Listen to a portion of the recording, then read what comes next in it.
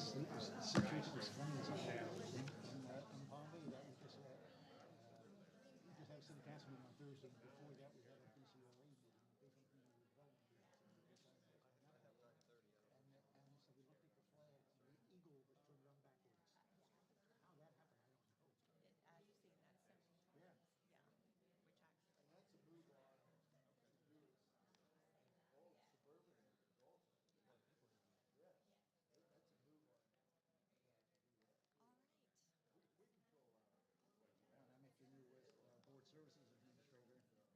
And that's a move on all suburban areas also. Yes, that's a move on that to do that. All right. We control our And I'm at your new board services administrator. So, Yes, great. Yeah, very good. I'm glad we got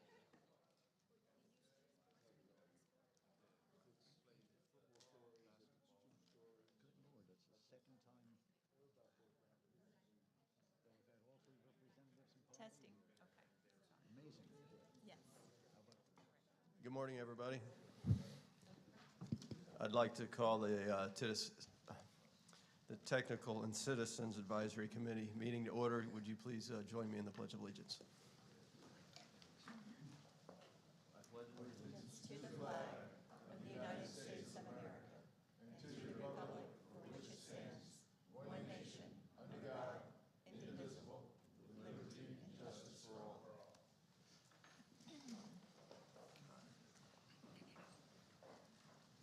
Okay, thank you. Public comment. Do we have any public comment this morning? Nope. All right, we'll move right into our executive director's report. Good morning, Georgiana. Good morning. Welcome, everyone. I see a few new faces here. Do we have any new members or alternates here? Would you like to introduce yourself, please? I'm Dana Vinci. I am on the Citizens Advisory Council for District 4. Very good. Welcome. All right. Very good. All right. I want to let everyone know, you probably see the gentleman in the back of the room here, Ant Farm Media, and they will be recording and streaming our meetings moving forward. And so we have new microphones here, and as you can tell, they're a lot more sensitive. Just want to let you know the mics are hot, so they're going to stay on. So if you do not want anything recorded, I would, take any side conversations outside, please. But do try to use the microphones. They're definitely going to pick up a lot more. But if you do have comments, try to get your hands on that mic or get it at least a little bit closer to you. So we're very excited to have them, and as we put our recordings on our YouTube page, we feel that we need to have, it needs to look professional and sound professional, and so we're excited to have them on our team.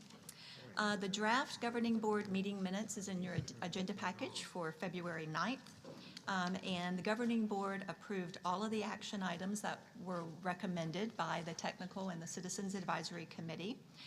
They received the member orientation or Transportation 101, as well as you did as well. And they also received a presentation from the MPOAC director, Mark Reichert, making the case for fuel tax alternatives. Mark is tasked with going to all the governing boards of the MPOs and TPOs throughout the state to present on this. Unfortunately, due to timing, he could not go to all of the technical and citizens advisory committees, but it was a very good presentation.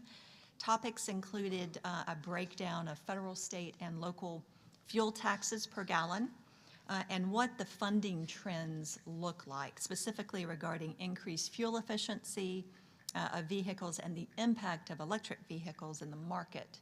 So it was a very good conversation, and we will continue to have that as we move forward. He's just getting the word out on the local level, and we are hopeful, as is in our policy positions, our adopted positions, that our legislature will allow the department to study a replacement for the fuel tax, or at least start looking at some options as we move forward. Also in your package, Mark Reichert has included the MPOAC policy positions Many of these positions we adopt when we adopt our policy positions every year related to funding and safety. So that is in the package for your information. Mark Reichert with the MPOAC, I'm talking about him a lot today. They monitor legislative transportation legislation for us and for all the MPOs. And they look at the bills and just bring information to us that we might need to know. There are 2 bills of interest. They're called the DOT bills, but interestingly, the DOT did not submit these bills. And basically, the bills would have limited public transportation investments to 20% of deposits into the State Transportation Trust Fund. This was both Senate Bill 64 and House Bill 425.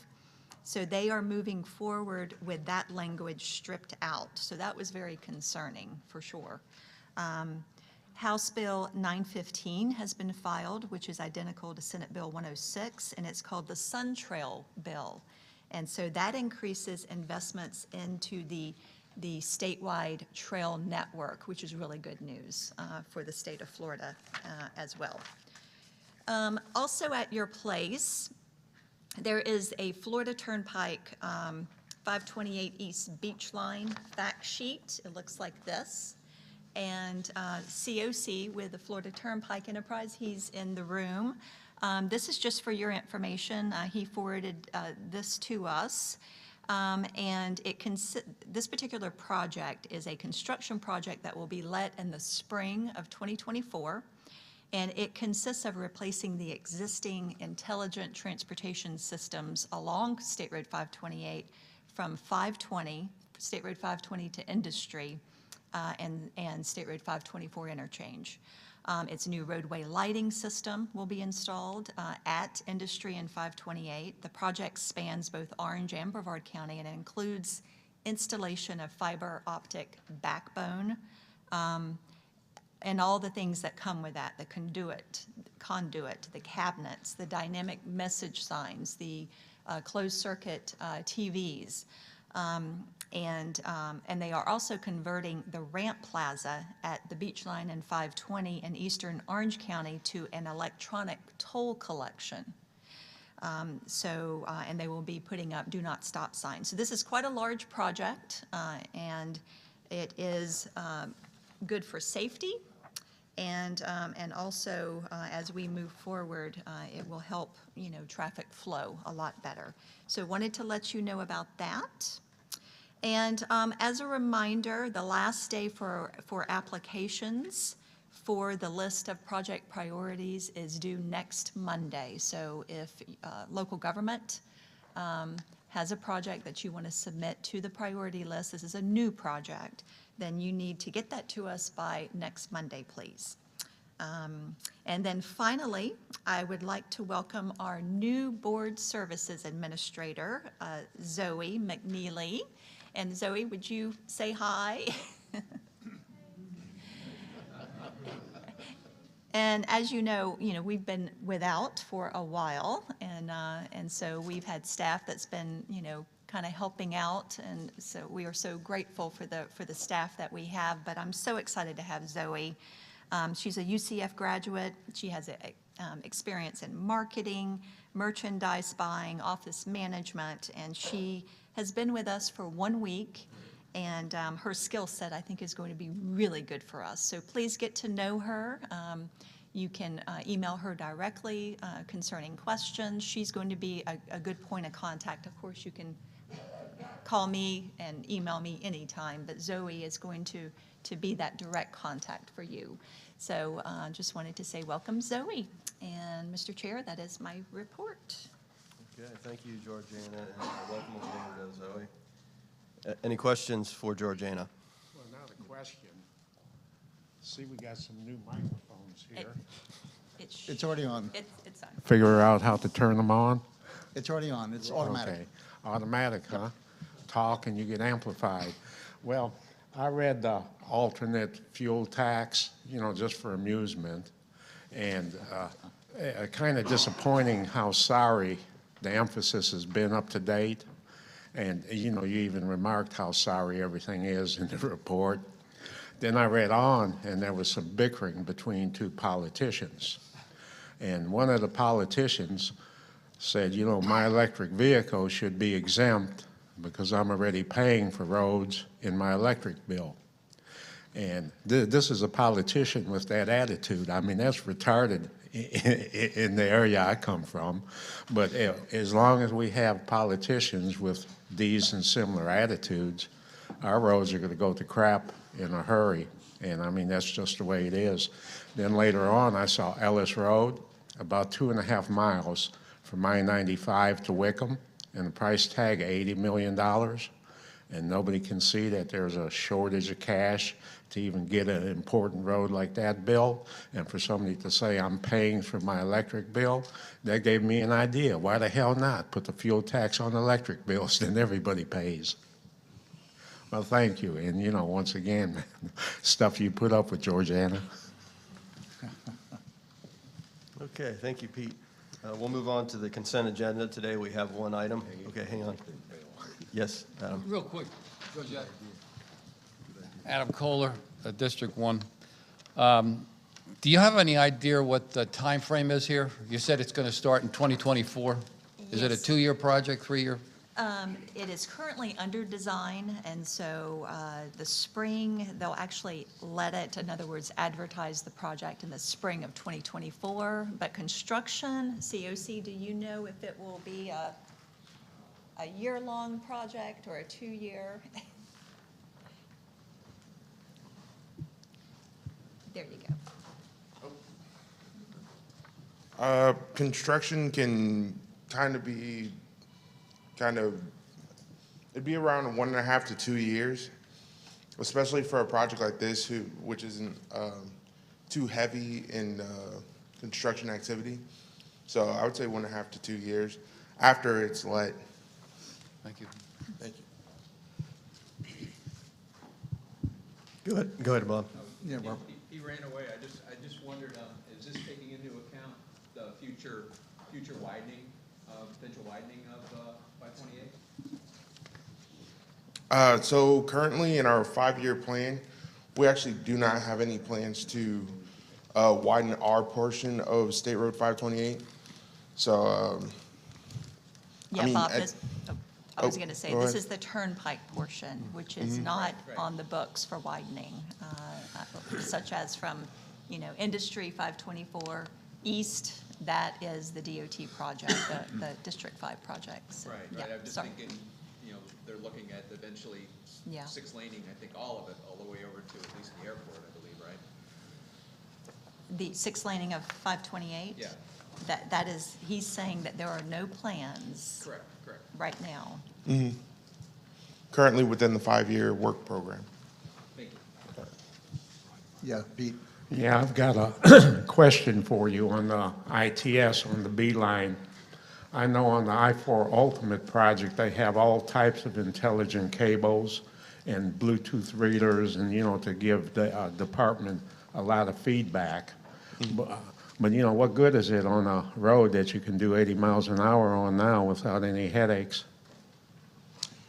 So we have all types of ITS standards on our Turnpike main line, and it's the same on State Road 528. For us, it's more for traffic management than anything. What you're speaking about is more on traffic enforcement. Well, that's why I'm curious about the ITS. I know with your Bluetooth readers, you can give me next exit 20 minutes. You could give me the driver information like that. But here in Brevard County, we're more concerned about not getting a number of red lights going through on green, having it regulate us that way. And when I see a big hunk of money going down for ITS on the B line, where you have exits 10, 15 miles apart, I'm wondering how is it going to help me, the user of the B line? And that's really what my question is. I kind of know what you're doing, but how does it really help us? So ITS actually helps us to help you guys. So it helps us figure out what improvements that we need to make to the road. At the same time, it's also used for connected vehicle, is considered connected vehicle deployment in the future. Well, it will help facilitate that. So this is just to enhance your study to see what direction you want to go in? It helps us understand improvements that we need to make to the road. Okay, thank you. Yeah, Greg, you had something? Yes, sir. With your ITS system, will that help you improve hurricane evacuation?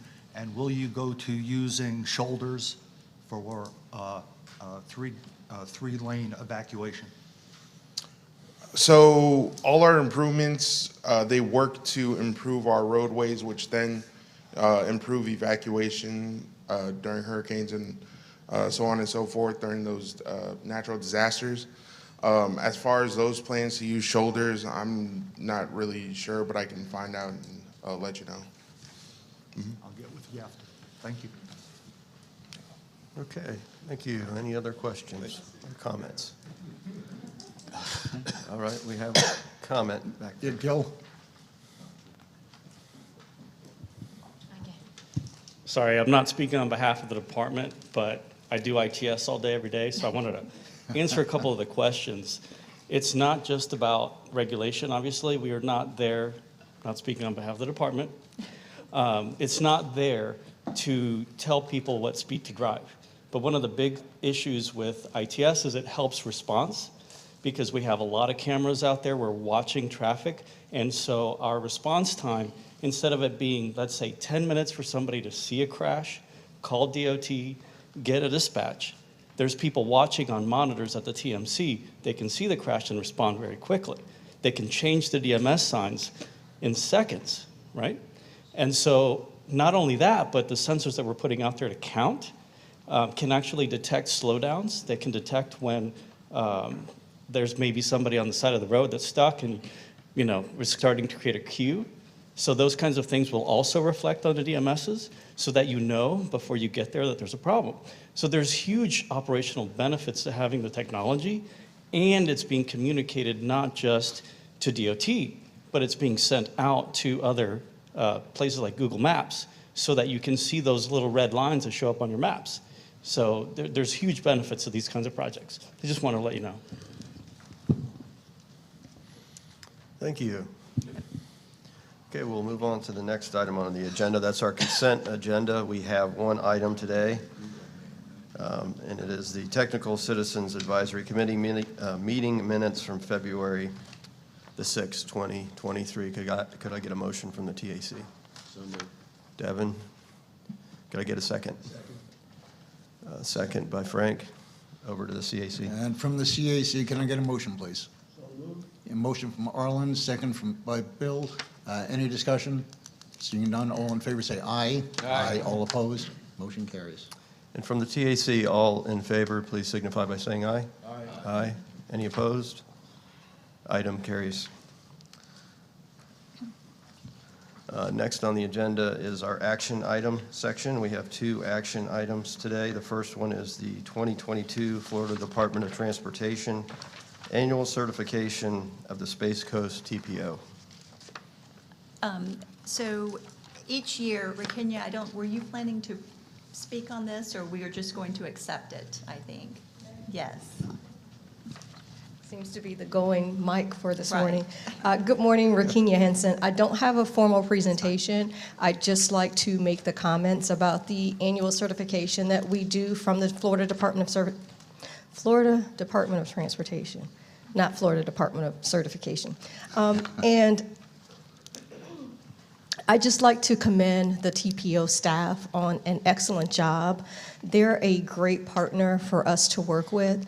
The certification takes a look at all of the invoices that have been submitted. It takes a review of not just the invoices, but any amendments, any modifications, all of the administrative duties of the Space Coast TPO.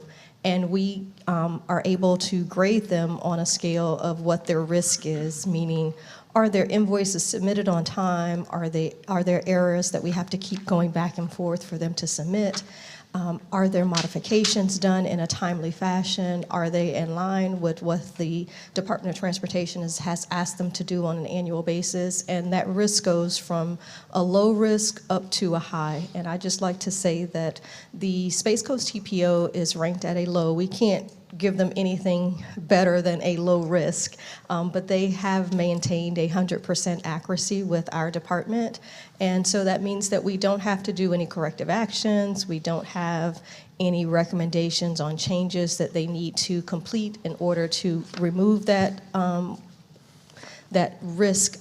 They are at a low risk. They maintain the 100% accuracy, and it's just a testament to the wonderful job and the good relationship that we have with the TPO staff. So we just like to commend them on a job well done. They do an excellent job, and they represent themselves and the department in an excellent manner on all occasions. So thank you, Georgiana, and your staff for being an excellent partner, one of the very few that we don't have to worry about anything that we've asked you guys. Even if it's not agreeable, we still are able to come to agreeable terms and are able to move forward without much ado. So thank you very much, and we'd like to commend you on that low risk for this year and until the next year when we get to do it all over again. So thank you. Thank you, Rakenya.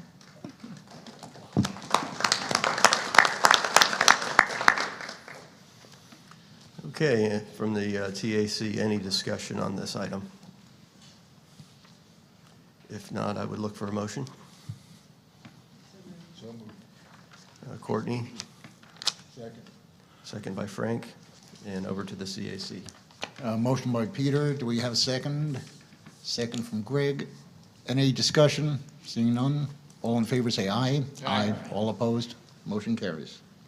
And from the TAC, all those in favor signify by saying aye. Aye. Aye. Any opposed? Item carries. Next action item is item B, Resolution 23-14, the 2045 Long Range Transportation Plan Amendment 3. Can everybody see me? Should be. Oh, it's on. Okay, sorry. I'm not used to the new mic. Thank you. Hi, I'm Debbie Flynn with Space Coast TPO. I'm the transportation planner.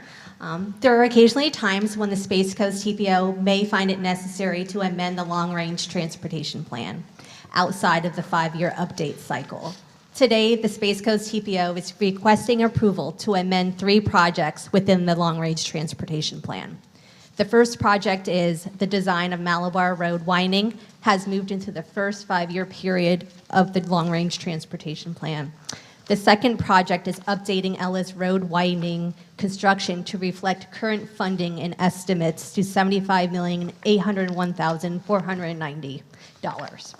And the third project is Space Coast Area Transit's COCO's transfer station design of $200,000 has been added to the long-range transportation plan. Just keep in mind these changes do not impact the cost of feasibility of the current or future projects. The Space Coast TPO seeks to amend the 2045 Long-Range Transportation Plan by Resolution 2315, 2045 Long-Range Transportation Plan Amendment Number 3, in order to comply with planning consistency requirements. An amendment requires public review and comment in accordance with the public involvement process of the Long-Range Transportation Plan amendments. Such notice was conducted within the posting of the Space Coast TPO on March 9th, 2023 meeting notice and included with meeting agenda posted on the Space Coast TPO's website on February 27th, 2023.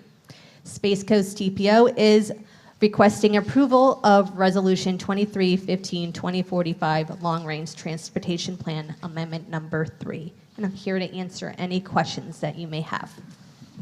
Okay, thank you. And from the TAC, have any discussion, any questions? Any questions from the CAC?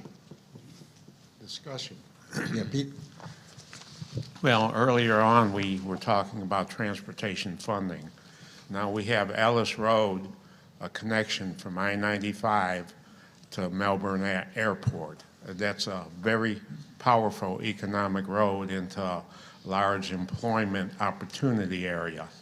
And the money is only half there. You know, it's like we still have halfway to go to fund that road and make it happen. And to have somebody come out and say, I pay for it in my electric bill, man, do we have a long way to go. And good luck to getting that bill, Cliff.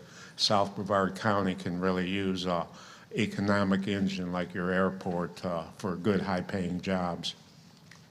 I appreciate it, Pete. You're speaking my language. I think you could come work with me. Anyway, any other comments, questions, discussion?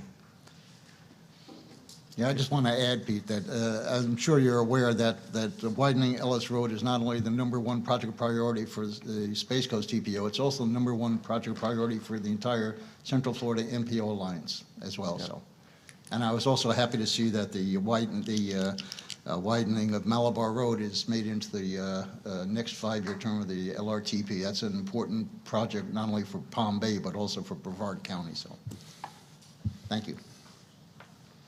Okay, thank you. From the TAC, I would look for a motion for approval. Frank makes a motion. I think somebody seconded. Okay, we have a second. Over to the CAC. And from the CAC, can I get a motion, please? Motion from Tom Gom. Do we have a second? Second. Adam Second. Kohler, District 1. Thank you, Adam. All in favor say aye. Aye. All Aye. opposed? Motion carries. And from the TAC, all those in favor signify by saying aye. Aye. Any opposed? Item carries. Next area on the agenda is our presentations. We have 3 presentations today. The first one is titled Connecting Communities. Good morning. Good morning. Thank you so much for having me. Tara McHugh, Executive Director of the East Central Florida Regional Planning Council. So I'm here to talk to you all today about connecting communities and the role that transportation and land use have in creating these great places across our region.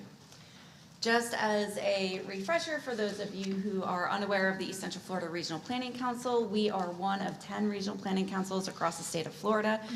We were established in 1962, so we just celebrated our 60th anniversary this past year. We are the largest regional planning council in the state in terms of area, and we have a very diverse region since we span from Brevard all the way up to Marion County. So we are working with our communities and our leaders and agencies across a vast amount of issues and opportunities across the region. The way that the Regional Planning Council works is we really consider ourselves an extension of your local government, right? So the things that make your local government run, those are the things that we revolve around. So economic development, community development, resilience and sustainability, emergency management, all of that. And we really approach things in an integrated way. And we see that that's really the only way that we as a region can move together and move forward in implementing the How Shall We Grow Regional Vision from 2007. So that regional vision, I'm not sure how many of you participated in it, remember it, or were even within the region when that happened, but it was our 6 counties at that time because we have grown in our region, and we wanted to move away from the trend that we were going in. We wanted to reduce our vehicle miles traveled and time spent in our cars. We wanted to reduce the amount of land and water being consumed because of the development patterns that we had. And the way that you can really do that is by having a conversation between land use and transportation planners together in order to move that forward. So this is our regional vision really revolves around 4 main areas.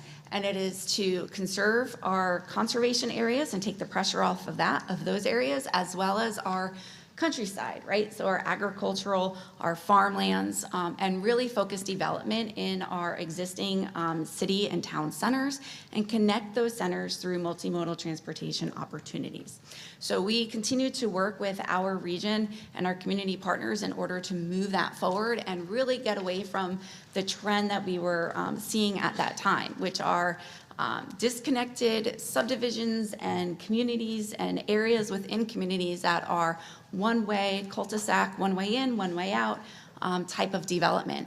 And there's been a lot of conversation around EV and EV infrastructure, and while that's all well and good, it does not get people out of their cars, right? It does not solve the problem of commute times and vehicle miles traveled, and the only way to really do that is to have a conversation with transportation and land use planners in a room in something called scenario planning. And this is something I learned about in the last year, which I'm now fascinated over. But really having those entities in a room to figure out if we want to move multimodal transportation forward, what land uses do we need to have where at what density in order to make it happen, right? Without having that conversation, there's going to be a disconnect and it's never going to happen. So with that in mind, I just want to share some examples that are occurring outside of Brevard and ways that some communities are really integrating community development and multimodal transportation options. And really by doing this, it could lead to more resilient and fiscal responsible communities and increase our regional accessibility. Osceola County, while I'm not going to talk about a particular project that they're doing, they wanted to answer the question, are our development and transportation patterns actually financially responsible and sustainable? So the link on the bottom is the link to the report. I highly suggest you read it. It's really, really interesting. But what they were finding was that they could not keep up with the maintenance of their transportation infrastructure with the development. They were already falling behind. So you'll see that through the report as well as some of the strategies that they were starting to implement. But what they did find is road connectivity and connected land uses really impact the cost effectiveness of service delivery, right? So you got to pick up trash, you got to spray for mosquitoes, things like that. And what they found is that if you are in the communities that were more connected, they were able to do more in less amount of time and therefore save the communities money in the long run. And then they also realized that their levels of investment and the ways that they were looking at transportation impacts were not keeping up with what the real costs were. And so what they really decided to do was relook at the way that they were planning their multimodal transportation, their transportation and their land use patterns, and then create new ways of looking at those transportation impacts and the impacts that those developments were actually having on the bottom line and the services that they needed. So I would definitely take a look at that. For some more information. So moving from Osceola to Seminole County, Sunrail has been a main driver of TOD development within our region. The city of Lake Mary was the first suburban TOD development within our region. And it wasn't just overnight, it took them a while to realize all of this, and it really started when the conversations of Sunrail were being tossed around. They saw this as an opportunity to expand their downtown to the Sunrail station, so they increased their master plan, their downtown master plan to here. And then they also took advantage of the recession. During the recession, they were able to buy up 3.2 acres where they were able to build a multifamily residential unit and have a private-public partnership to make that happen. They are a suburban area, so they don't have a lot of wiggle room. They have a lot of small property owners, so they really needed to figure out ways to amass those properties to do the development that they wanted. And they don't want any more high-rise multifamily. They said 1 or 2, and that was all they wanted to be because they want to remain that suburban downtown area. They also have a new development called, I just forgot it, but it's their first vertical mixed-use development, and the developer said the only reason why they came to Lake Mary was because of Sunrail. So by amassing some of those smaller properties, they were able to get that development done and bring in some economic opportunity within that area. So it really is an economic driver for that area. Took some properties off the market that wouldn't have sold otherwise or had a harder time selling. What's an important lesson for them, or something that they realized, was we have this plan, but we need to get infrastructure under the track. Right, so they had to run sewer lines and plan for that to make sure that their vision would continue to move forward and be able to provide service for that area. They continue to grow, they continue to implement their master plan, but it's not all development. They have a lot of parks that move from the Sunrail station through their downtown, and they call it the staircase park system, so that's pretty interesting. Longwood is another example. Real quick, they have a historic downtown across from the Sunrail station. So this has provided them an opportunity to rethink that downtown and revitalize it. They have a hospital right down the road from that as well. So it really is bringing some people into that area, and it'll be interesting to watch that small community grow. So these are just some examples of the way that you have opportunities to integrate attainable housing into some of these TOD areas, provide multimodal options if we take advantage of doing it all together. Stormwater management is another one. If you're planning together, you can have a bigger return on in your investment, right? Transportation needs stormwater management as well as land use. So working together to do that in one spot might be a better idea. And then economic growth and community resilience is another.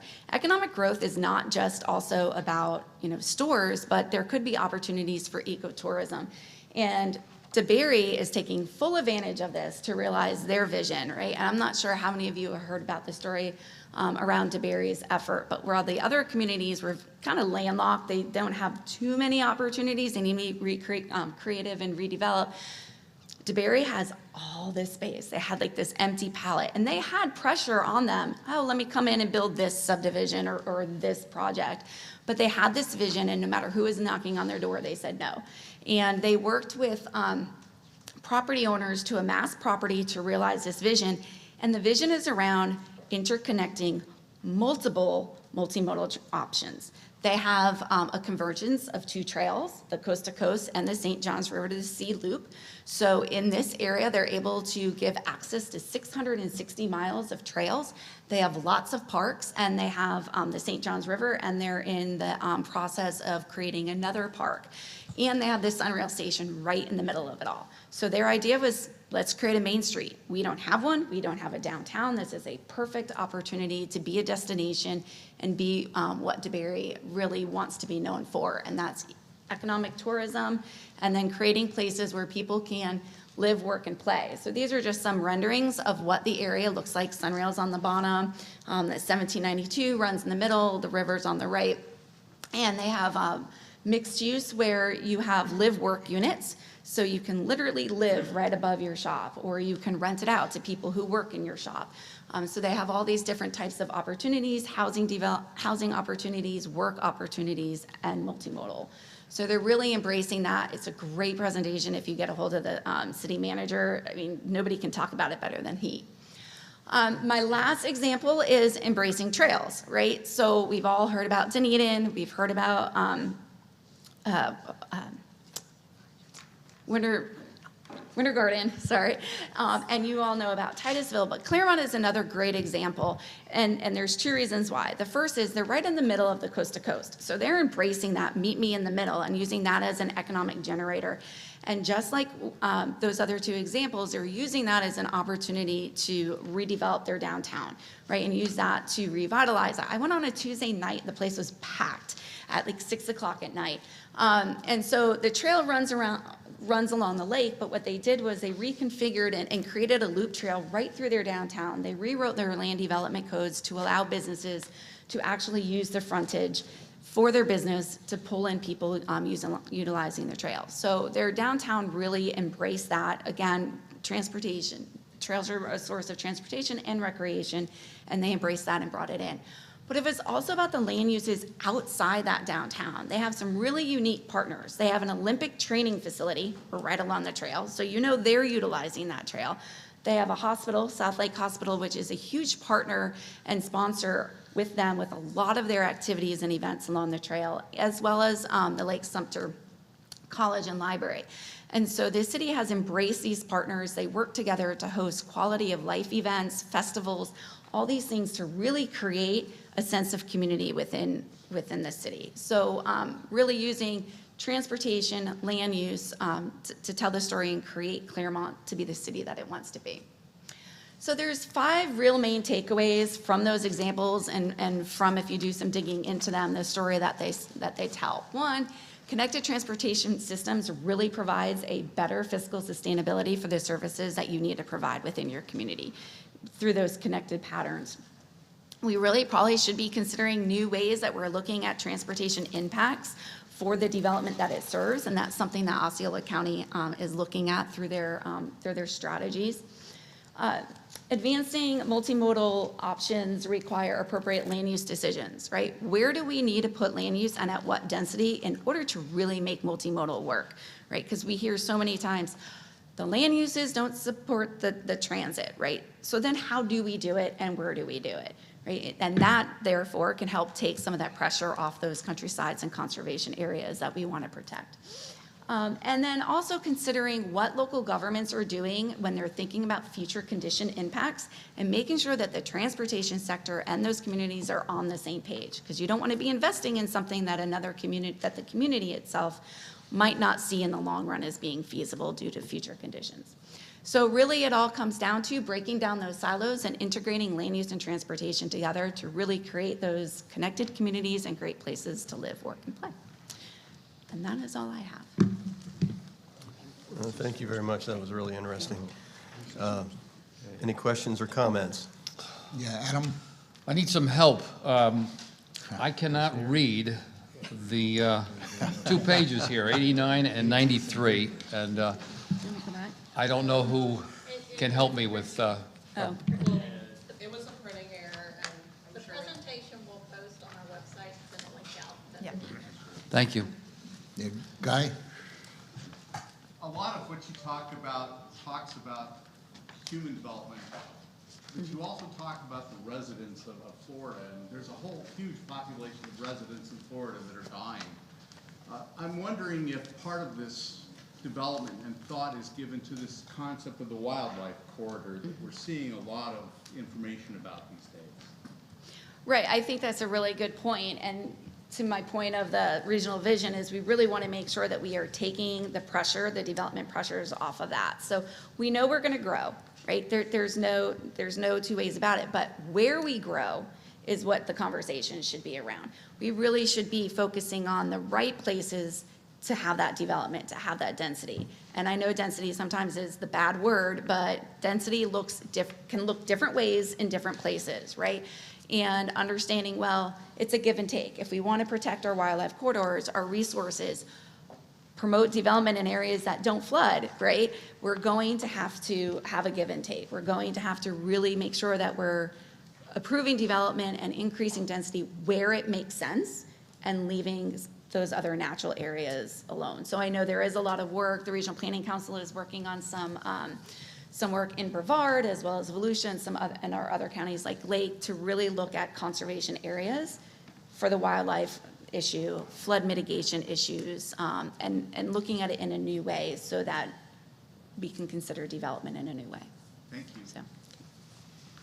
Okay. Yeah, Pete? The number one enemy to you planners is called property rights.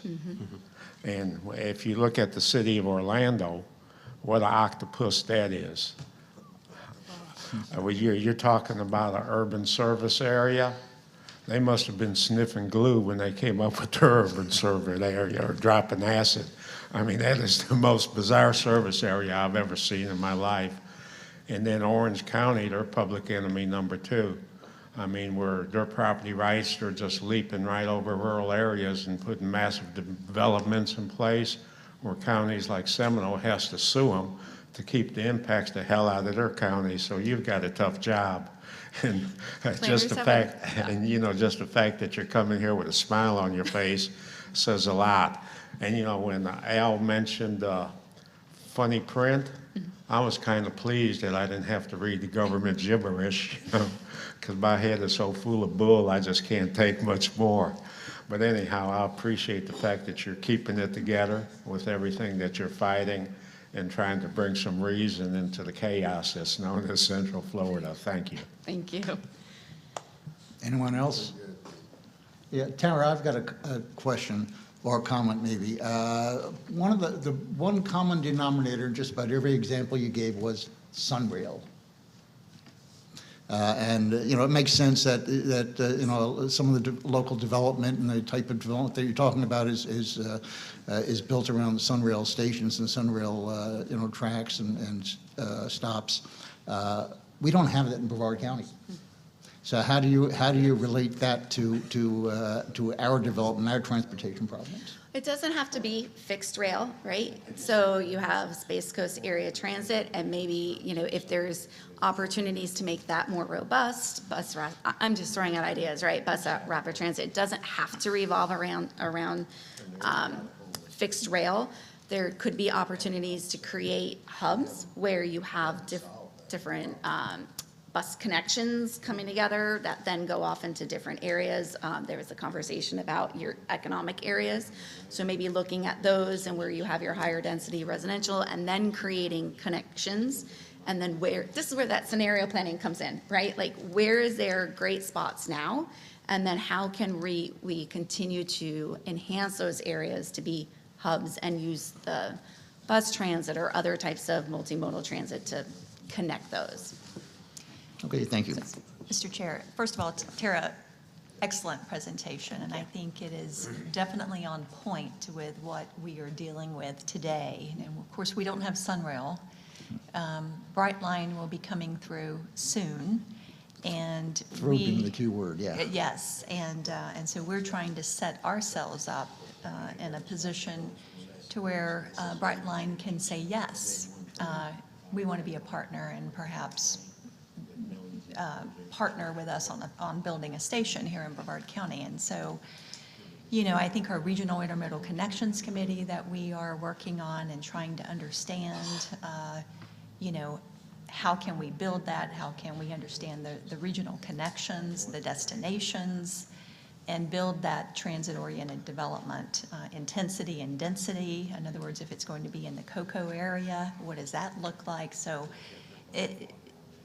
very excellent presentation and all the things that we need to be thinking about as we move forward. And it's not just Brightline, it's, as you said, everything, you know, Space Coast Area Transit and how all the modes can really help in connecting those communities. But I really did enjoy the presentation. And, you know, with the Osceola County example, it's the street pattern, right? And connecting the different communities. So it's not just, we're going to approve this one subdivision, and then there you go. And it's not connected to another subdivision. So if you're able to relook at your land development codes to make these different communities connect, then that is also a step in the right direction. Yes, yes. Thank you. Courtney? Go ahead, Courtney. You got a comment? So, just, you know, as a planner who's been a planner for many years, probably as long as Tara, I think, you know, when we were younger, back in the day, it wasn't uncommon when, you know, I worked on both the private and the public sector side for us to see a development go through or go in front of a city council, and that city council work really hard to get the density down. And I mean, almost like high-fiving each other on the dais when they were successful at that. And unfortunately, what that does is it drastically increases the cost to the local government to maintain that infrastructure. You have a smaller amount of people paying for the same amount of infrastructure. The second thing I wanted to bring up was, you know, and that's changing, I think. I think people are realizing that the relationship between density and transportation also is a big relationship to housing affordability as well. So when you have a robust transportation system with transit, with alternatives, you basically help people afford those homes because they don't have to use a car. They don't have a car payment, car insurance, and so on. And so it makes it's all interconnected.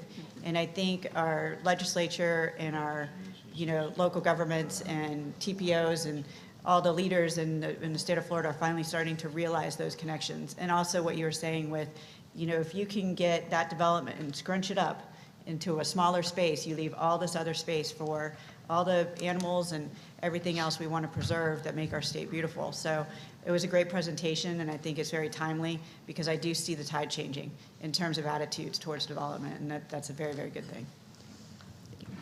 Thank you. Well, I have a comment, but she doesn't have to respond to it. This is where density is becoming tighter in spite of everybody else, and that's in the old Orlando historic districts where the price of real estate has gone so high that the folks can't afford a house there anymore. On top of that, Orange Avenue, one of the main streets going into Orlando, they put all their stormwater into the surrounding lakes. That goes back years and years.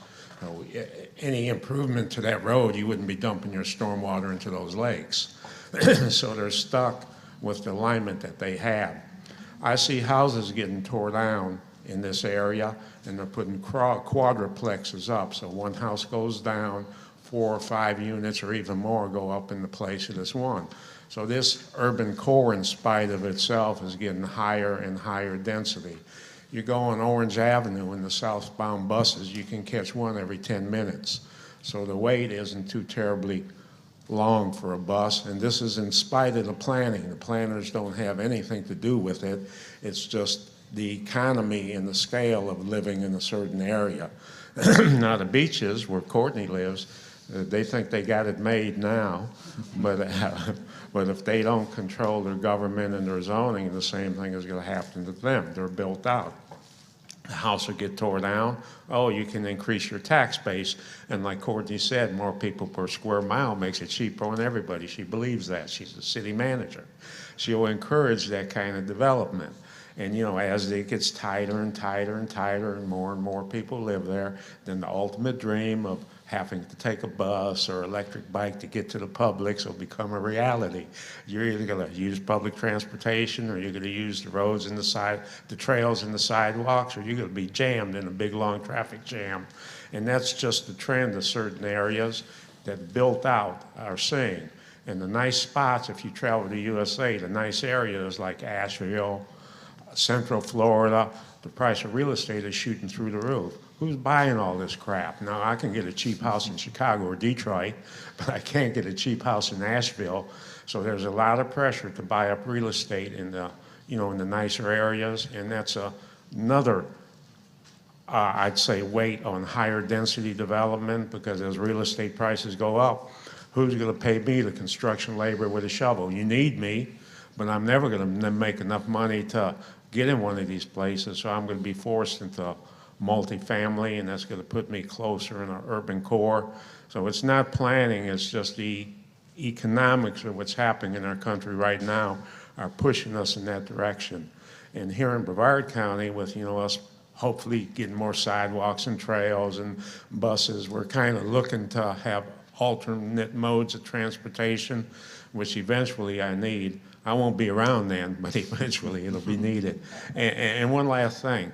When I come back from the urb into Brevard County, it's like, boy, do we still live in a nice area, and I sure am grateful that we're still as nice as we are. Thank you, Pete. Thank you. Yeah, Peter? Can you hear me? Yes. Very interesting conversation. One of my concerns is I would like to see more fiscal impact statements, more cost-benefit analyses. Example, Brevard County is 60% public land already. Now, we're talking about a project that we looked at, the DeBerry, 5 parks, 624 acres, trails, 660 miles. That takes the land out of an income producing and throws it into public lands. What's the trade-off on that? I don't really know, and I don't have any idea of what high density, how cost-effective high density communities, the so-called 15-minute cities that we're looking at. So in the future, I really would appreciate an economic analysis. There are trade-offs. You get something, you give something, you get something back in return. And that's sum total what I have to say. Thank you, Peter. And this is not a rebuttal, but Seminole County has the lowest tax rate in Central Florida, and they also have the lowest density in Central Florida. And they also have the most trails because in 1990 they passed infrastructure tax on themselves, and they started doing that in 1990, so they also have the best ITS system, the nicest road system, and the lowest tax rate, and the lowest density. So if somebody can convince me how high density pays for itself, you get $1 million property, 3 people living there, You get $1 million property, 20 people living there, and now you need infrastructure for 20 people. Seminole County only needs it for 3 people. Less police, less fire, less roads, totally less infrastructure to support a lot less, lot lower, more affluent population. Their schools seem to be better. We compete with them because, you know, we're kind of smart here in Brevard County. But, you know, it's the lowest tax rate and the lowest density. And we're a close second, and I'd like to see us stay that way. It may not be a reality, but still, that's as far as the economic impacts and density, there's your correlation. And it's there. It's public information. Look at the tax rate at Seminole County. Look at the tax rate of Brevard County. Okay, thank you, Pete. I'm from Missouri. Show me. Okay, we'll move on to the next presentation. Our next presentation is FDOT Strategic Plan State Road A1A and Interstate 95.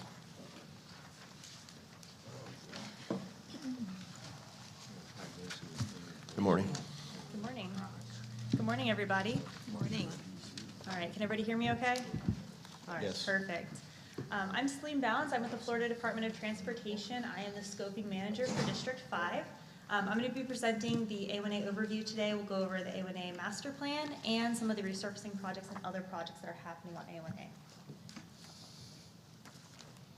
All right, so just an overview real quickly so you know what we're going to talk about. We're going to be talking about the A1A master plan. So this is a study that we did, and then we're going to talk about some of the projects that are happening on A1A within Brevard County.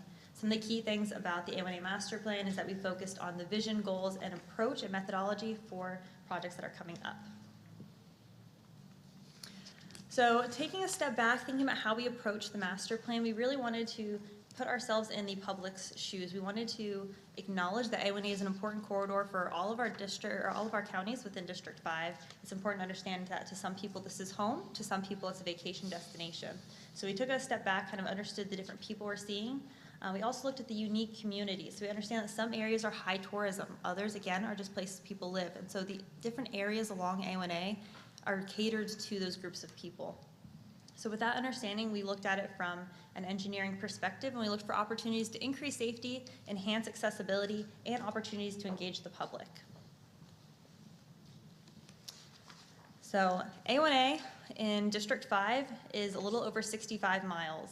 32 of those miles are within Brevard County, so you guys make up a huge portion of A1A for District 5. So when we set out to look at these projects and at A1A itself, we took an inventory of some of the existing features. We looked at infrastructure for vehicular traffic, pedestrians, and bicyclists. So some areas you see high bicyclists on the roads, other areas you see absolutely no peds, and it's just a vehicular area.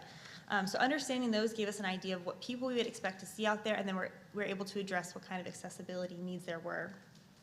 You guys have talked a lot this morning about the Sunrail being in other districts, but that you guys have a lot of transit opportunities. So we did look at transit stops where it makes sense. Maybe there's an over-representation of stops, and there's opportunity for consolidation for safety. So we looked at that. We looked at green spaces, and that's really the landscape, how the road feels. We had a lot of comments from people saying, you know, I don't ever go walking, even though A1A is beautiful, because it's so hot. There's no shade trees. There's, you know, nothing that makes me want to go out. I get sunburn going out there. So those green spaces, how we're using those spaces. You guys have some unique areas where you guys have like median islands that are landscaped, or you maybe have that on the outside of the road, and it gives separation for users. So we documented all of those things.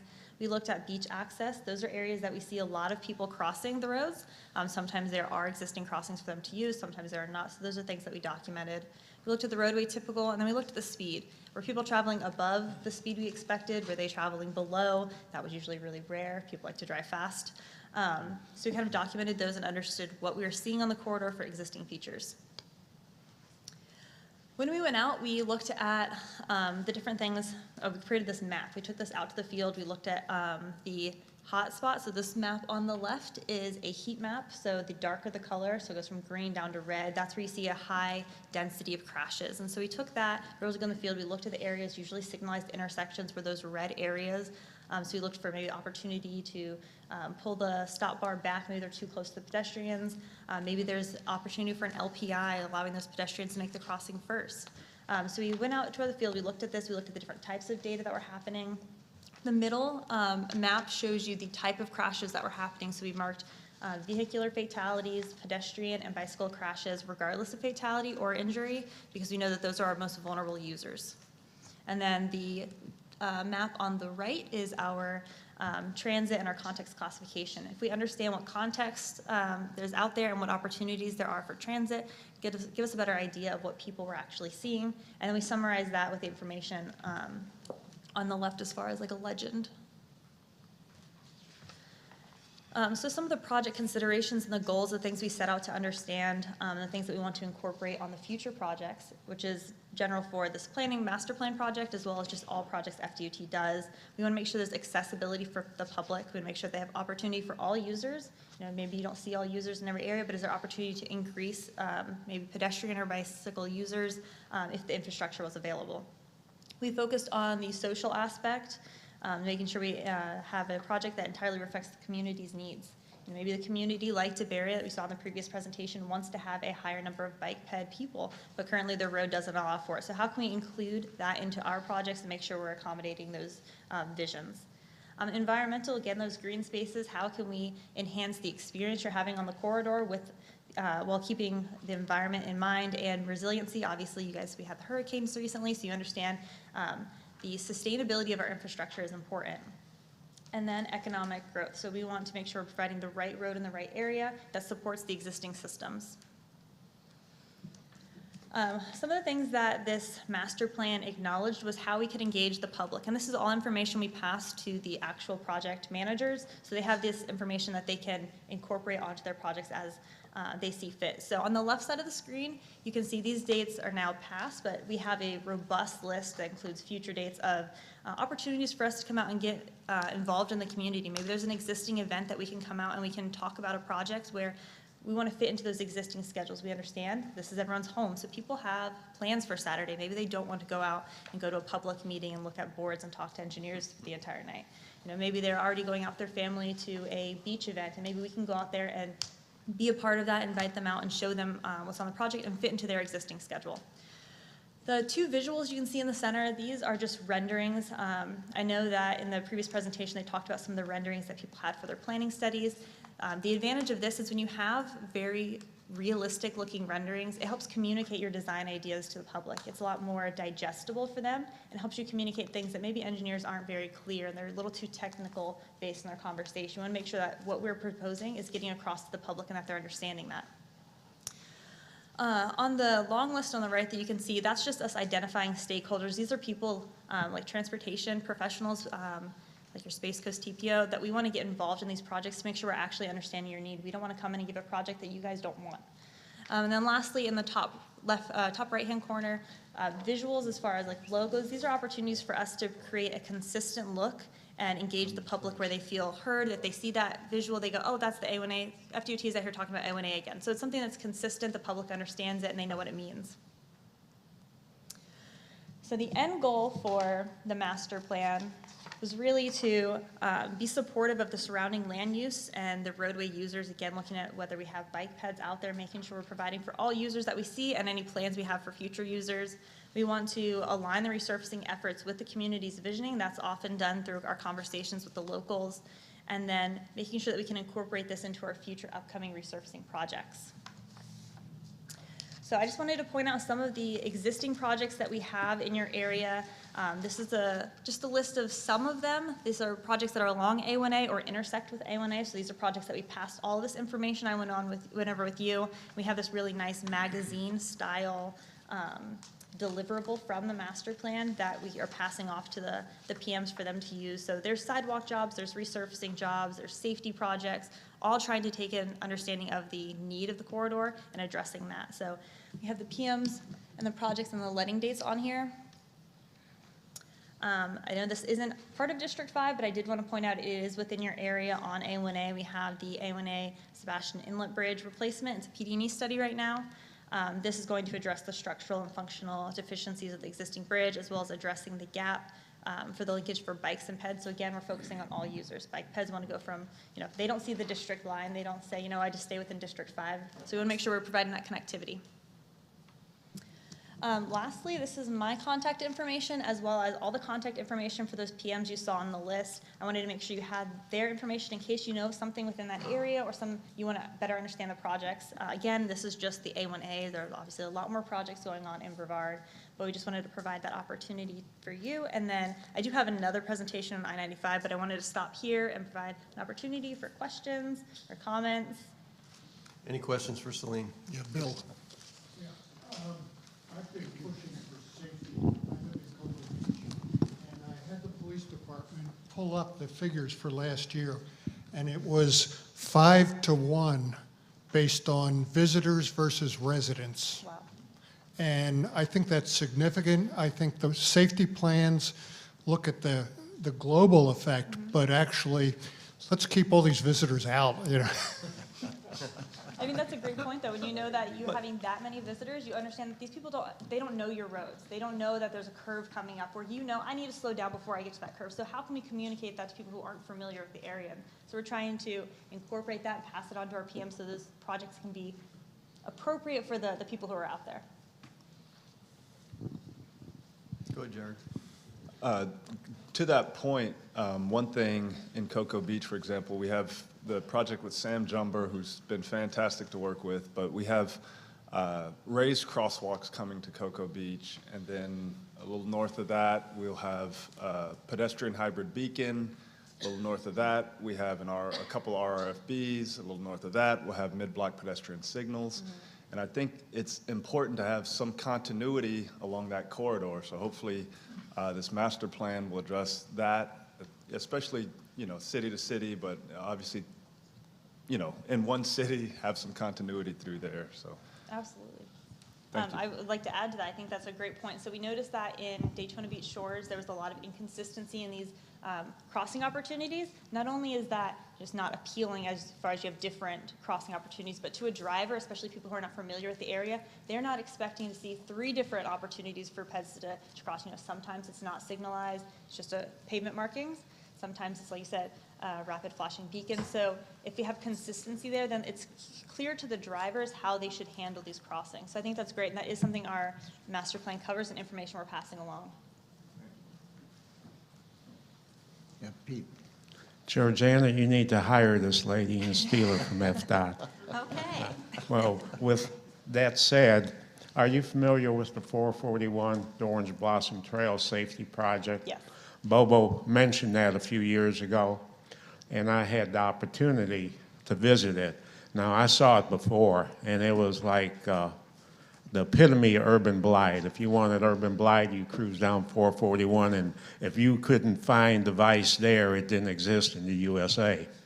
Well, when they got through with 441, I drove it. It looked very suburban, and the amount of safety features they put in there blew my mind. So you Beach Coalition people need to take that ride and start crying and complaining to her that you want what they did on 441 in your community. Because the way they upscaled it, they have red light crossings on demand. Instead of having the RFBs, you hit the button, it actually turns red. Then there's a nice spot in the middle of the road where you can hide and wait for traffic to clear. There's nice ample sidewalks on both sides of the streets. It looked very, very appealing. There's a setback on the signs. I mean, you guys did a fantastic job on safety, and it changed my mind about speed, reducing speed, where Bobo said you got to find the high crash corridors and concentrate on them. So I'm speaking to you from that frame of mind. I saw the trail. How can we get that here in Brevard County? Now, are you working along those lines, or are you being meager with the budget and giving us a few crumbs? Great question. We try to get as much safety into our resurfacing projects as possible. Again, understanding the right need with the area. So OBT is a very unique corridor, high pedestrian traveled area, and a lot of crossings, like you were saying. So that is something we take into account as the context classification. And then they do field reviews to get out there to kind of understand the users that are expected. Well, we've got the ocean to the east, everything else to the west. The ocean is a big attraction. It's totally different than the trail. Yes. But folks crossing the road to use the facilities, then cross the road again to shop and eat, and that's the whole corridor. How far into Flagler do you go? Do you go all the way to 200 or a little bit above that? I believe a little bit above that.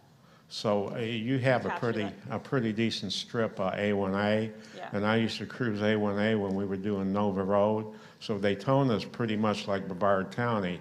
Yes. Everybody's crossing the road to get to the beach, and then they cross the road for restaurants and things like that.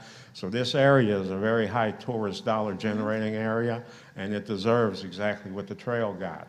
Red light crossing for the pedestrians on demand, ample roads for bicycles and pedestrians on both sides of the street. We want it. Now, how do we get it? Yeah, I think it's partnering opportunities and, understanding that some of those projects aren't necessarily resurfacing, which is what we're focusing on, how to enhance resurfacing projects.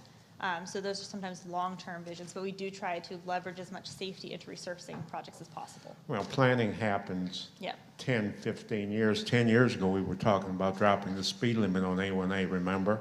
And it took 10 years to implement that.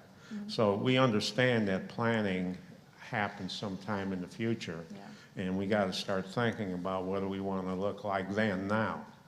And the Orange Blossom Trail, the way it looks right now, is a pretty good starting place. And for the folks that live along the beach, you should go there and take a trip, because that's really what we need to look like in the future. That being a high tourist area, we need that kind of safety for the tourists that come visit our hotels and our beaches. And they didn't cut short on the spending when it came to taking care of the pedestrians. That is a very, very pedestrian, bicyclist-friendly corridor now, and it didn't used to be. Yeah. And, so the FDOT did a fantastic job on that. Now, come on to our beaches, do the same thing. Thank you. Appreciate that. Okay, thank you, Pete. Go One, ahead. one question, sorry, Cliff.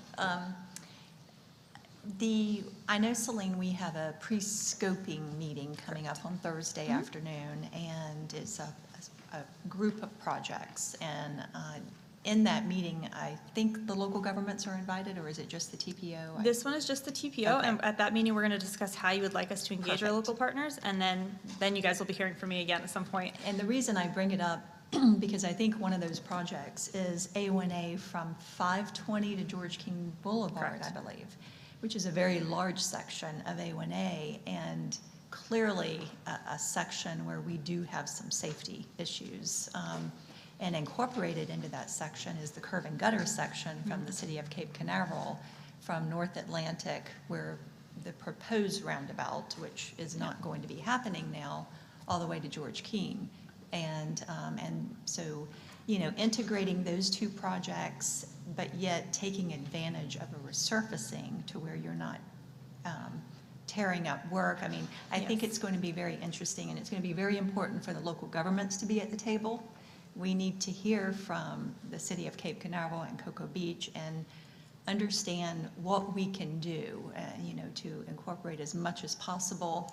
And is there something that the TPO could potentially contribute, or the local government contribute, if there's something above and beyond what the department can do?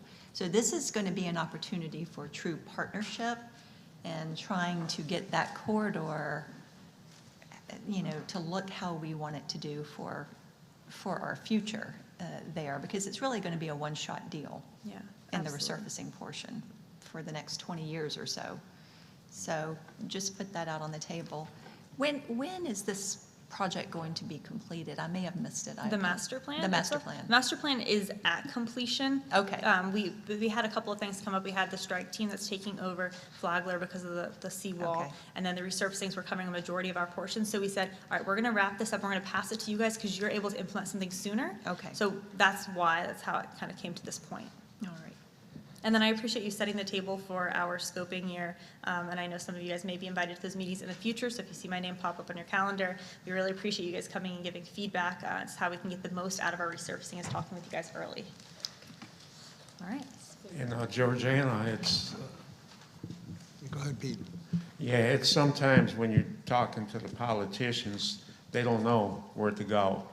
So, the trail having even just slides to show them what it looked like before and after, where they can get an idea what they need. And once they see how nice a corridor can be, then it gives them something to focus on. And if they got to dig in their pockets a little bit to make it happen, help the department out, share costs, I mean, it's well worth it, especially for the type of area that is. And, my mind doesn't get blowed easy in this day and age, and I was cruising the trail expecting not much, and I really got blown away by the job they did, the before and after. I mean, it was very impressive. So maybe they can have some slides to help out what can happen to a corridor before and after. And you know, that's perfect for A1A, because I know what the problems are. I hit the beach. I have a daughter that lives in Satellite Beach. You know, we know how it goes. I got a buddy here that regrets putting everything on the east side of the beach and would like to have an open view. So we get it, and they have the chance to look so nice and be so user-friendly, and they depend more on tourists than cars. So if cars slow down a little, not a big deal. You know, if they go 20, 25, at least they're moving. They can take the trams, they can take public transportation, they can take e-bikes, a lot of alternatives. But anyhow, you give the politicians something to look at. It's too important for us to blow this opportunity. And thanks. Thanks for listening to me. Courtney, do you have something? I was just wanting to clarify, so is this plan, you said is done? Yeah, the product that came out of it was a magazine-type summary of what the existing features in the corridor is, where there's opportunity for improvement, and it's being passed to the design teams to implement those, yes. It's being passed to who? The design teams. Oh. For the resurfacing projects. Okay. So are the communities going to be able to see that? The communities will be engaged during the design process. Your PMs and your team should be reaching out to you guys to understand the need of the project and getting you guys involved, making sure you guys understand the target speed for the corridor and the proposed improvements. Okay. So are we going to be able to like nix some or change some or? Like? Again, it's within the context of a resurfacing, so we're not going out and proposing, you know, we're putting a shared use path here without speaking with you guys. We're saying there needs to be improvement for bike peds in this area because we see need and we see that there's a lack of infrastructure and there's a need here. And then we're passing to the design team saying, you're the engineer on this project, engineer what's right and work with your local agencies and make sure it's in agreement with what their vision is. Okay. And is that magazine type document, is that available for distribution to the local governments to see that, or is that? I believe so. If you send me an email, I can send it. Okay, great, thank you. Mm-hmm. Okay, thank you, Courtney. Anyone else? Okay, Celine, you want to talk about I-95? Perfect. Great transition. I appreciate the feedback. Am I allowed to go past this slide? Yeah. Okay. All right. So I-95, as you guys know, probably commuted on I-95 to get here. So we're going to do an overview of I-95 and talk about this upcoming strategic plan for it.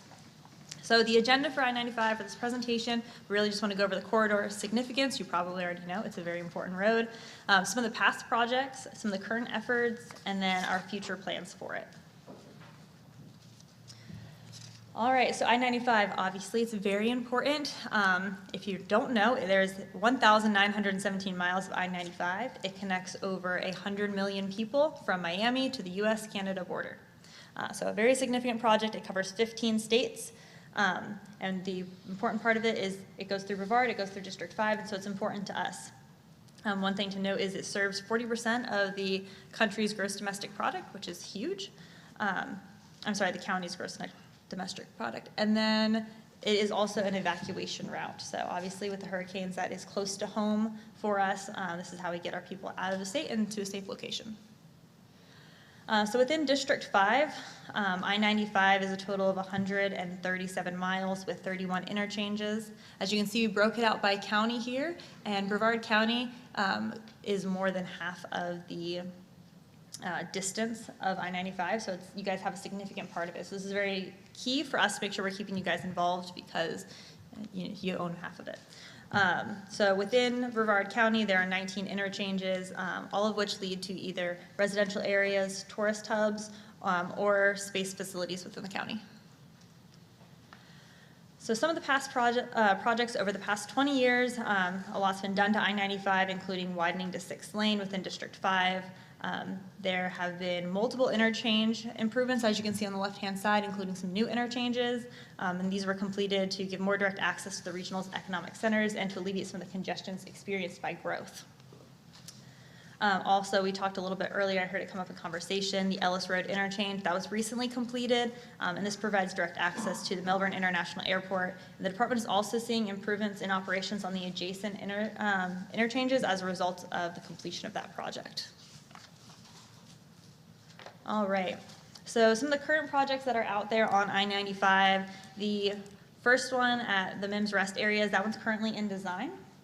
And the next two, the Fisk and Wickham ramps, those ones are currently under construction. The second to the last, the Fisk and Malabar, that one is under design.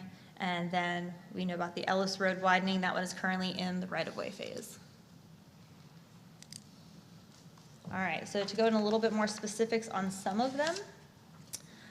So this is, we talked about our resurfacing projects a little bit between the A1A and the I-95 project. So we have an I-95 resurfacing that's coming up in fiscal year 26 for construction, 24 for design.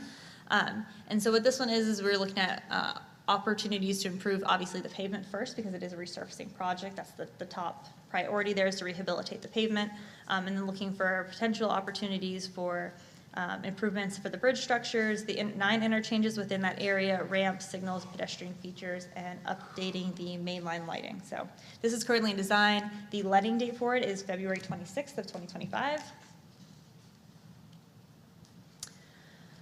So next we have the MIMS rest areas. So this project includes the complete demolition and reconstruction of both the northbound and the southbound rest areas. This is for more effective truck parking, and that will be provided with the reconstruction. And then just so you know that the southbound will be constructed first in fiscal year 25, and then the construction of the northbound is not yet scheduled. So similar to the strategic plan, but this one's a little bit more heavy. District 5 has begun a strategic plan for I-95. This will help the department create a long-term vision for the I-95 corridor. The plan will include all applicable modes of transportation. It will address various goals with respect to mobility, safety, resiliency, technology, and community engagement. This will include all segments of I-95 within the District 5, including interchanges and regional networks surrounding I-95. The I-95 strategic plan is anticipated to determine the existing and future year operations for I-95 and the interchanges and the ramps that are associated with those. From this information, we will provide solutions to alleviate today's mobility and safety concerns, and we'll also determine short-term implementations and long-term corridor alternatives, determine the main line, managed lanes, additions to the general use lanes, and those will all be considered with the strategic plan. And then in collaboration with the MPO, we will look for long-term improvements that will be scheduled and look at how we can make those improvements happen. So with that, I'm going to conclude my presentation, but I would like to point out that Erica over in the corner, if you can raise your hand, she's actually the PM for the I-95 project. So if you guys have questions, you feel free to ask some now or email us. Her contact information, her phone number is on the screen. And I'll open it up for questions. Yeah, Greg. Yeah, real quick. Between Rockledge and Cocoa on 95, there's some test rumble strips. Who's doing the tests? What are the tests, and will they remain? They will not remain. I don't remember who did the test, but when we did scope that project, it was brought up that those can be removed and not replaced. So whoever placed them out there, which I'm assuming is District 5, or I'm sorry, not District 5, at least FDOT. I'm just assuming we placed those out there, but we have agreed upon those will be removed and not placed back. Yeah, Tom? So I won't have to avoid them anymore. I'm sorry? Yeah, Tom, you had something? Yeah, they were testing out the durability of them.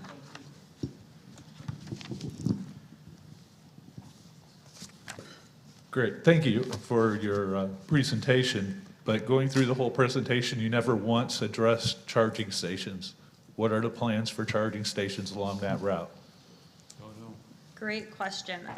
Eric, if you don't know this one, I think this is opportunity. We haven't, this is just kicking off as far as we have now established we are going to move forward with the master plan. And I believe that's one of the things that they'll be looking at when they're looking at rest areas and interchange operations. Does that address your question?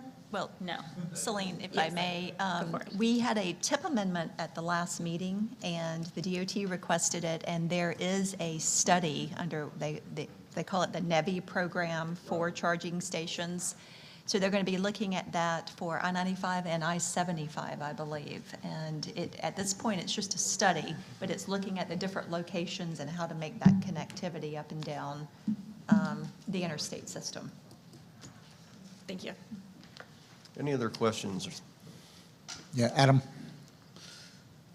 So I let me make sure I understand. The A1A is done. Correct. You're just starting 95, or you're Correct. in the middle of it? It's just starting. How long So- do you think it'll be before you have your report done? I'm not sure how, yeah, 2 years, and you'll be involved in that process. Thank you. Yeah, Pete? Yeah, in the mid-90s, there were some crimes at one of the rest areas, so they shut almost everyone down in Brevard County. I believe we lost 4 rest areas. And now when I travel I-95, I see delineators up alongside the ramps so trucks can't park there to rest. So we know there's a problem for trucks being able to park and being able to use rest facilities. There just aren't enough. Now, you mentioned the one up in Mims that's being expanded a little. Well, that's a Band-Aid for the real problem. Is there a long-range plan in place to provide ample, especially with the new regulations where, you know, if a truck runs over, they're out of business for a while. So they have, when their time is up, they have to find a place to stop. Are there any plans being implemented to bring some of these rest areas back? You still have the right-of-way. I drive past them every, you know, and see them. So are they going to be reopened to trucks? Is there a plan to provide truck-only rest areas, or how is the department dealing with that along I-95? I'm gonna say, go ahead.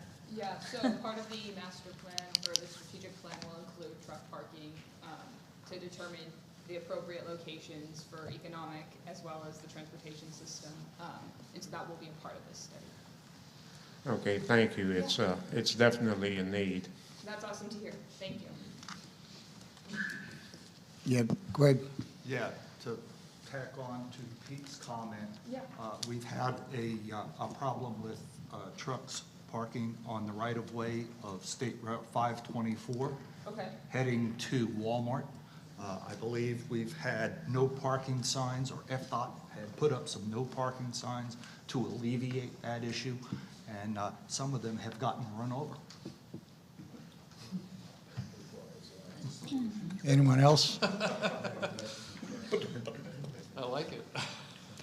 Go ahead, Georgiana. So Celine, I-95 and Malabar Road, I noticed that you had that called out as some improvements that were done at some point, but I know that the mayor of Palm Bay has officially, requested that something be done at that particular interchange because there have been some fatalities.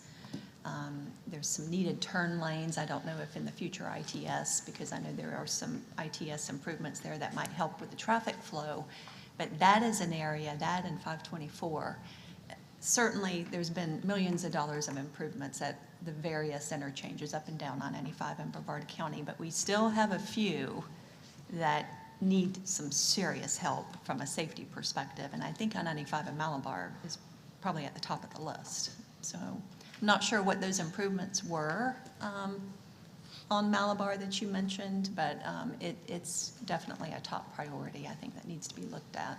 Okay, absolutely. And I know Erica's taking notes. I don't know if you want to add anything, but because she's PMing this, that's something she can definitely look to include and make sure she's studying in the study area. Yeah, and I talked to the PM for the resurfacing job. So that project's currently in the design phase, but the consultant is looking at the improvements they're going to recommend throughout the corridor. So we're in the initial phases of that actual resurfacing project as well, and that is an interchange that's being looked at. Okay, as part of that. that's So, great. Solution not yet provided, but it is being analyzed probably as we speak. Very good, because in the resurfacing meeting, we brought it up, and I think Frank did as well, and so we just were not sure if anything could be incorporated into it.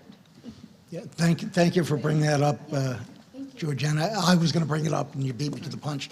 But just the main problem that we have with the I-95 exit at Malabar Road is simply the length of the exit ramp. There have been tremendous backups, which of course is backing up traffic right onto I-95 itself rather than just the exit ramp. The simple solution at this point is one of the simplest solutions is simply to extend the exit ramp. And that needs to be done as quickly as possible to alleviate some of the accidents and some of the problems that it's causing further back on I-95. So, that's really critical to us in Palm Bay, to speak from a parochial point of view. Yeah, we appreciate all the initial feedback too, because especially as we're kicking off, this is good starting grounds to know where the areas are that you guys will want to hear about in the future. Okay, anything else for Celine? All right. All right, thank you, everyone. Thank you, Celine. Next, we're going to have a presentation. It's it's on the FDOT Strategic Intermodal System, the SIS, and it's the SIS Draft Cost Feasibility Plan. Yes. Well, thank you, Mr. Chair. And I just want to say I'm not speaking on behalf of the department. They had not planned a formal presentation. However, the TPO did make formal comments, and that is included in your agenda package on page 97.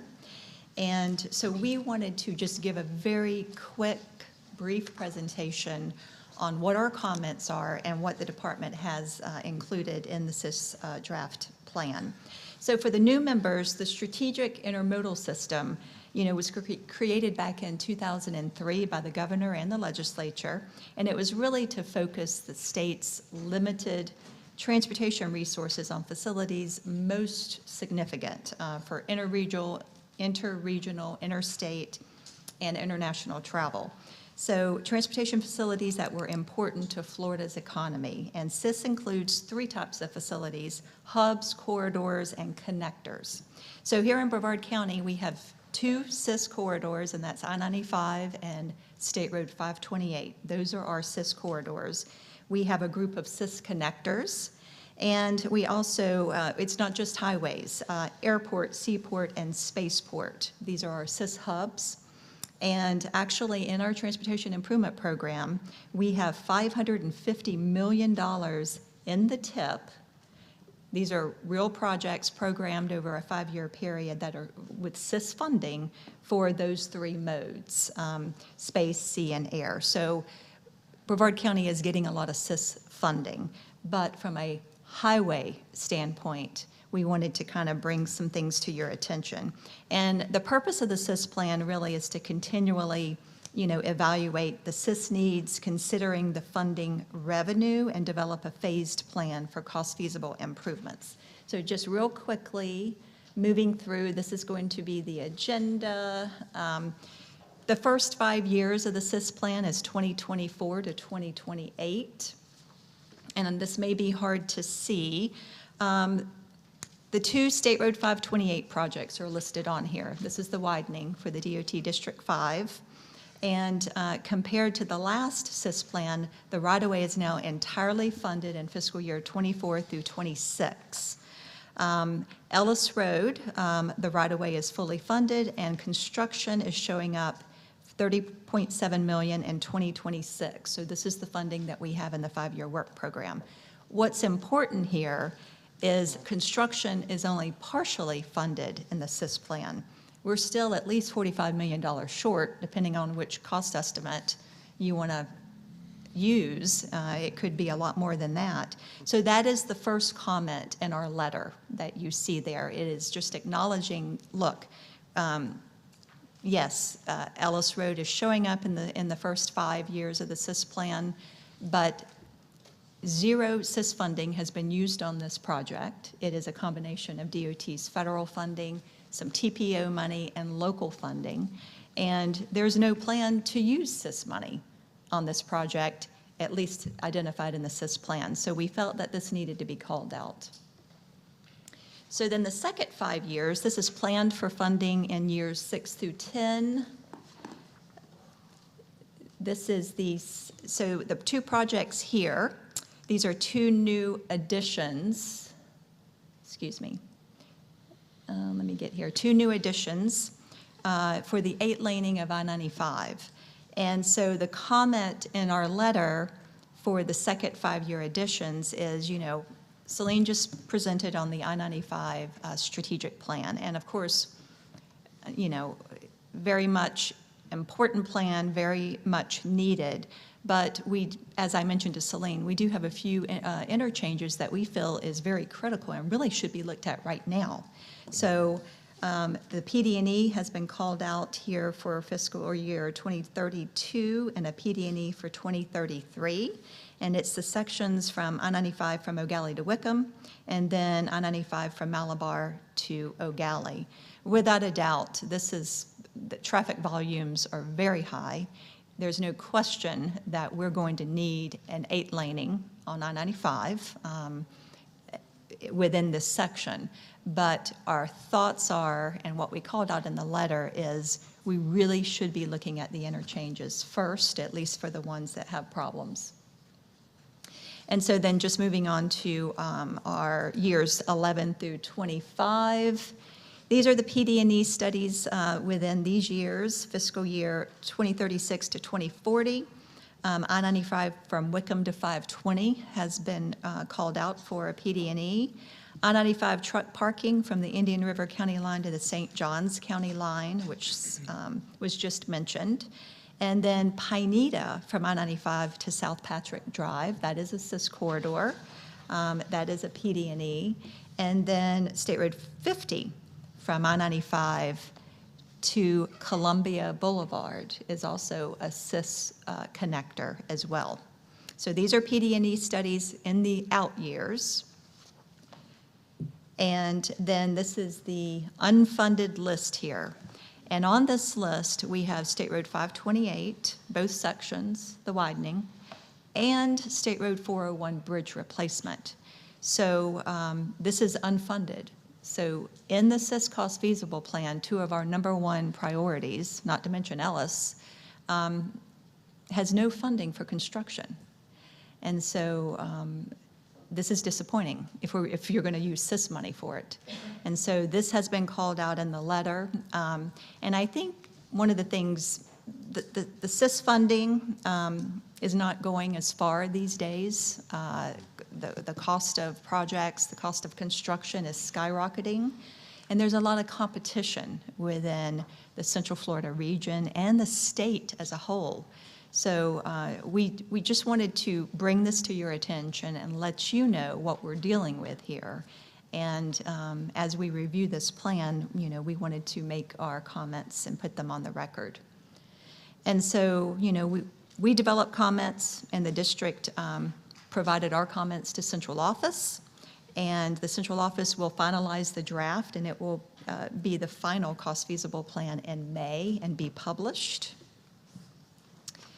And just last slide, I wanted to mention the draft SIS plans do not account for Moving Florida Forward initiative at this time. If you remember at the last meeting, Rakenya talked about the governor approved all of these projects, and if the legislature approves it, then all of these projects will be added to the work program. And this is, fantastic for Florida. But as you can see, there is 0 project in Brevard County on this list. And, if the legislature does approve this, these projects hopefully, will free up some additional money, perhaps in the SIS plan. But we will see. So also, the TPO must incorporate these projects into the cost feasible plan of our long-range plan, the travel demand model, and our transportation plans. So if this gets approved, we will have to make sure in our cost feasible plan that we reflect this. Again, our comments are listed there on page 97, I believe, and we just wanted to share this information to you for the good of the order. Thank you, Georgiana. Any comments or questions for Georgiana? I have one comment. Georgiana, I just want to say thank you to you and the TPO for being a champion for this cause, trying to get the SIS dollars here and how important it is. It's just, as you mentioned, Ellis Road, I-95 being, is a SIS entity. The airport we're SIS airport, and that Ellis Road is the SIS connector. So I don't know of a better project for SIS funding. So for that and the rest of the SIS projects here in our county, thank you. Mm-hmm. Thank you, sir. All right. The next section is reports, and our first report is from the FDOT.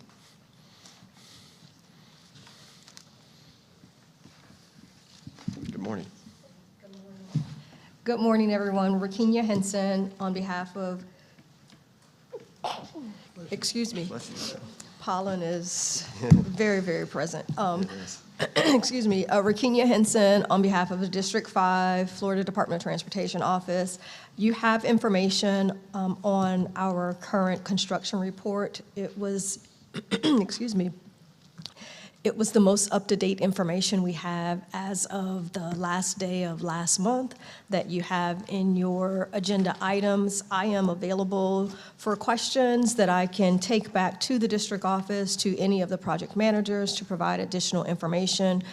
As I stated in previous meetings, if you're looking for the most up-to-date information, because the information that you have in your packets is not always very timely, if you're looking for more current, up-to-date information, CFL Roads, it's www.cflroads, all one word, .com is always a useful tool for you. You're also able to share that. It's open to the public, and it gives you information in regards to any additional information that you're looking for, contact information. There's also sometimes infographics and maps available for you for those particular projects as well. But I am available for comments and/or questions to take back to the district office for you this morning. Anything for Rakinya? Thank you very much. Thank you. Okay, next up is Bicycle, Pedestrian, and Trails Advisory Committee, the BPAC. Sarah, good morning. All right, good morning. The draft minutes for our meeting in January are now available in your agenda package. So if you recall, in February, I briefed you on the meeting. However, the minutes were not available. We have a little save the date. So we are currently working on our BPAC strategic assessment. And as part of that assessment, there will be a survey going out to all of our committees and boards on next Monday. And so we ask that you please take it'll be like 5 questions, but it's really important that we get as much input as possible. So just taking the 5 minutes out of your day to answer 5 questions to really help guide us into what their strategic purpose and needs should be. In that same breath, on March 27th is their next meeting, and that will be a strategic assessment workshop. So of course, anyone and everyone is invited to come, participate as a member of the public, but mostly the workshop will just be, or not mostly, the workshop will be taking place amongst the members. So, and that concludes my report. Thank you, Sarah. Any questions or comments for Sarah? Okay. Transportation Disadvantaged Local Coordinating Board report. Hi. Good morning. Morning. Good morning, Kenneth Harley, Space Coast Area Transit. The local coordinating board met on February 24th. We only had one agenda item, and that was discussions in regards how to get more members back on the board. We have several vacancies that need to be filled. So the TPO is reaching out to those members who have not been in attendance, as well as helping to recruit additional members. We've also updated our Public Transportation Agency Safety Plan, and that has been submitted to the Department of Transportation. We've completed phase 1 of a triennial review by the Federal Transit Administration. Those are done every 3 years. So we are waiting for them to do the virtual part of that review process with us. And we also just completed a community transportation coordinator audit by the Space Coast TPO. So those are the things that we had going on for the last month. Thank you, Kenneth. Anything for Kenneth? Thank you. Thank you. Okay, next up is the public engagement report by Abby.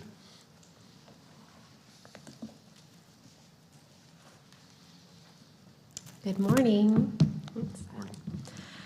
So before we chat about some of our upcoming public involvement activities for March and April, I did just want to recap some things that happened in February and some things that happened actually this past weekend. So first up, February was a very busy month, specifically for resiliency, our Transportation Resiliency Master Plan. Our senior transportation planner, Sarah Crom, participated in multiple conversations throughout the region, speaking about our master plan.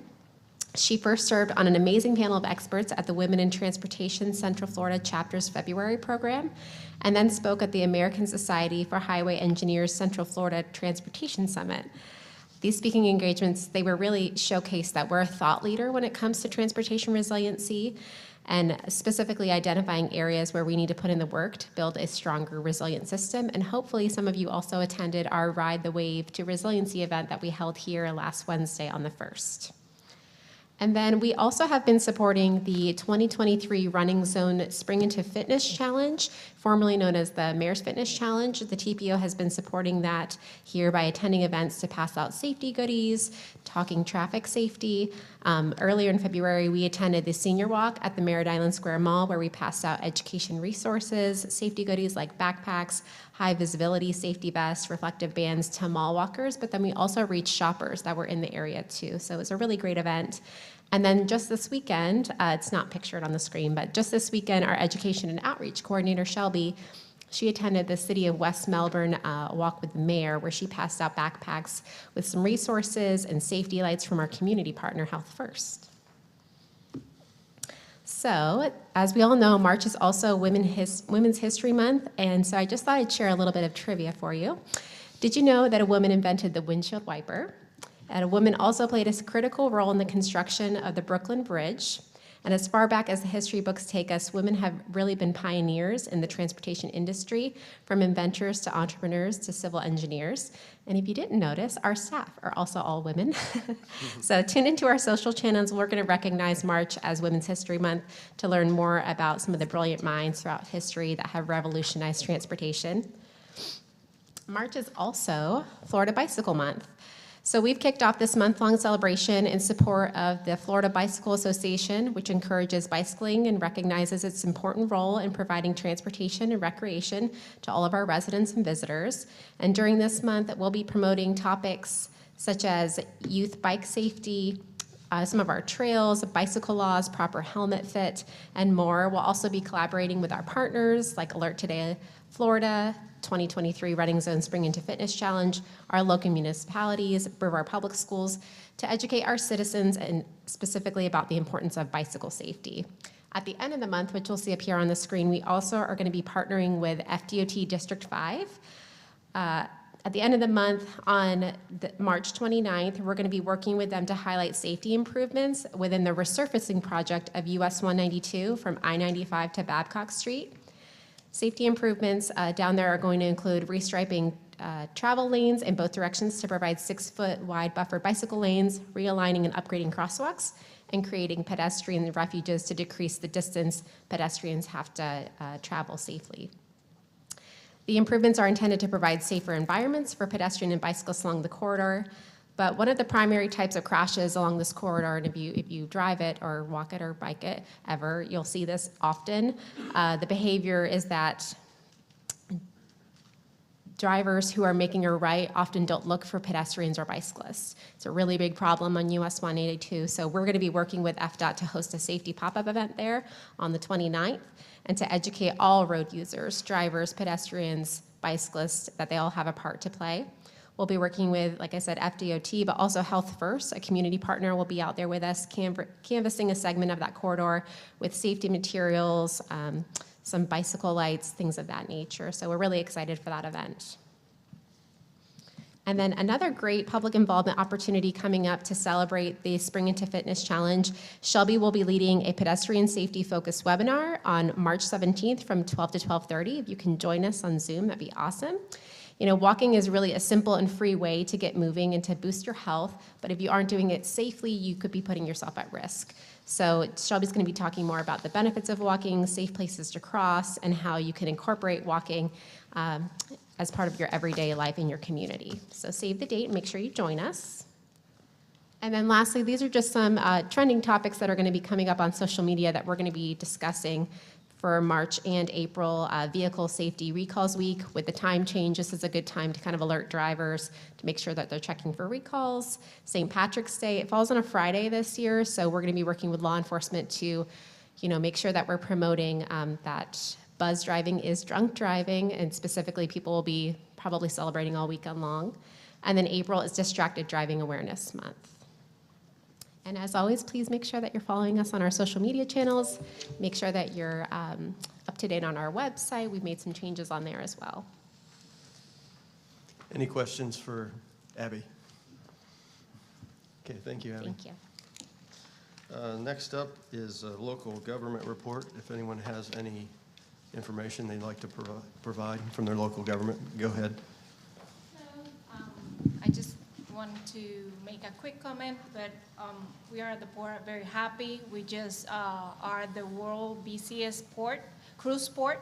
So that is something for us to celebrate and to keep working hard to make sure next year we're also the world busiest cruise port. Yeah, that's awesome. Yeah. Thank you for sharing that, Veronica. Go ahead. Yeah, and Veronica said, our port director said, we won the World Series, now we have to repeat. So our ports, our competitors that shall not be named to the south are busy, doing new construction. So we'll see how that goes. The other thing I wanted to mention is shortly after our last meeting here in February, I think it was February 16th, we hosted a mayor's and city manager breakfast from all the cities that were that are in the Port District: Cocoa Beach, Cape Canaveral, Rockledge, and Titusville. At the port at Cruise Terminal 3, it's the first time we've had that. It went over very well, and we're going to try to make it an annual event and also bring Brevard County hopefully into it next year with some of the unincorporated areas. And it was a great face-to-face with all our Port District cities that were there. Thank you. Okay, thanks for sharing that, Robert. Anyone else? Okay, seeing no one, this meeting is adjourned. Thank you.